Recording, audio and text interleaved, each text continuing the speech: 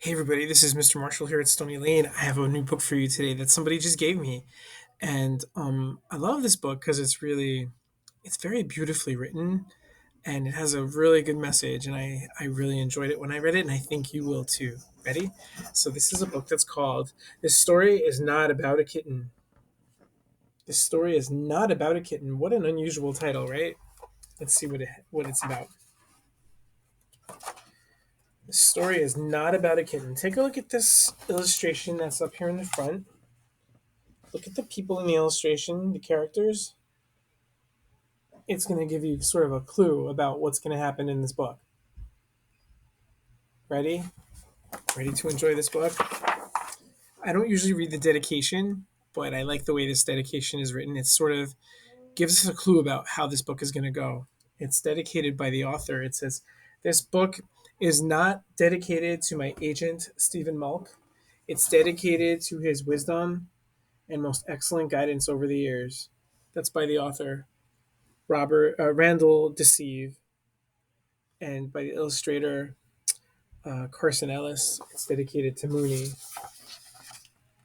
The story is not about a kitten. Here we go. This story is not about a kitten. There's a lot of stuff going on here, right? Take a look at what the person is doing. Look at what the character is doing. This story is not about a kitten. A kitten, hungry and dirty, scared and alone, meowing sadly, needing a home.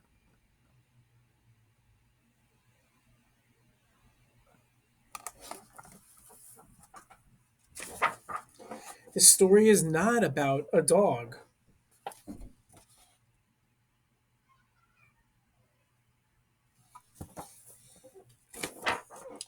who stopped when it heard the kitten, hungry and dirty, scared and alone, meowing sadly, needing a home.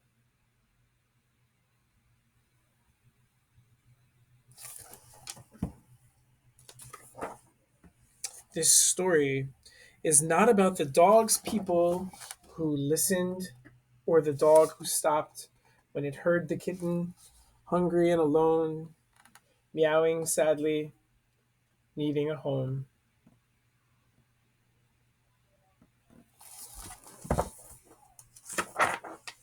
This story is not about the woman who held the dog for the dog's people who listened or the dog who stopped when it heard the kitten, hungry and dirty, scared and alone, meowing sadly, needing a home.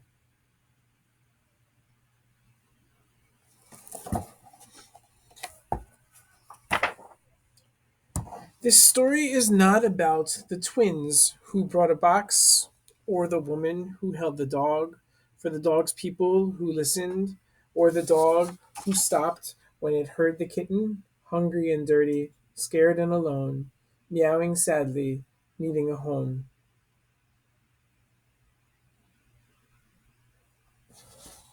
Don't the pictures really help to tell this story? This story is not about the man drinking tea. There's lots of people in this picture, right? This story is not about the man drinking tea.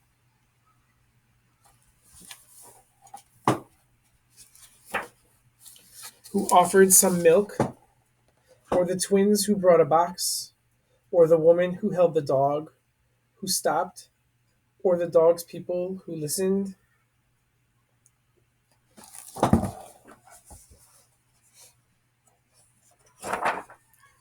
And quietly, carefully coaxed the kitten.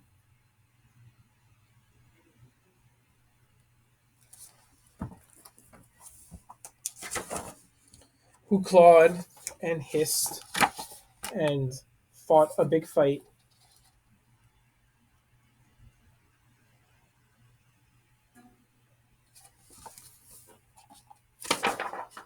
until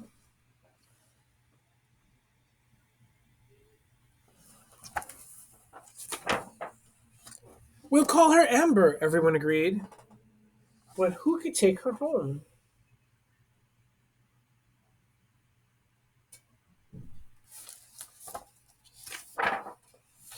The landlord says no pets. We're moving. I'm allergic. Could we?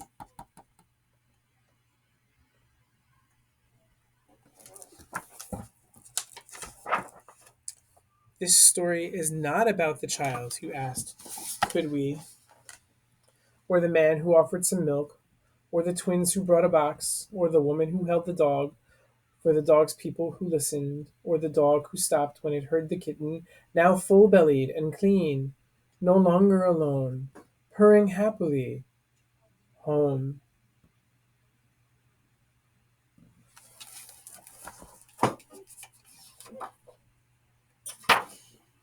This story is about. Do you hear the changer? This story is about stopping and listening, the holding and bringing, the offering and asking, and working together. It takes sometimes to get there.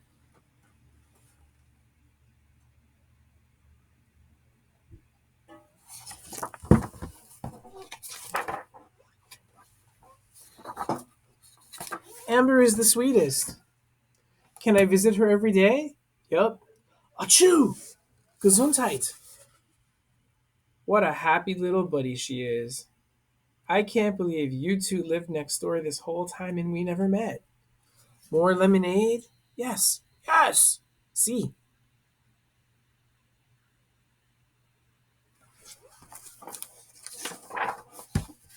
And that is the end. So I want to tell you some stuff, really, really cool stuff about this book. Okay. The first thing I want to tell you is this book is something called a Caldecott honoree. So the Caldecott Award is an award that's given every year to a book that has beautiful pictures. And this book really deserves it. It didn't win the whole big award, but it sort of was an honoree. That means that it didn't win first place, but it got a special mention. And this book really does that, doesn't it? The pictures really help to tell the story, don't they? The other thing is that, did you notice the pattern in the words in this book? How they keep repeating and the sentences seem to build on each other. They build on the sentence that was on the page before, and you hear it again and again and again. That's called a cumulative picture book. Cumulative. That means that it adds on to itself, right? And the words do that. But you know what else does that? Don't the people do that too? Don't the people build onto each other? They learn they learn to notice each other. All because of this little kitten, right? And they build community, all because of this little kitten. What a great story. I hope you enjoyed it, and I'm sure you'll enjoy the next one when I read that to you when I see you next time.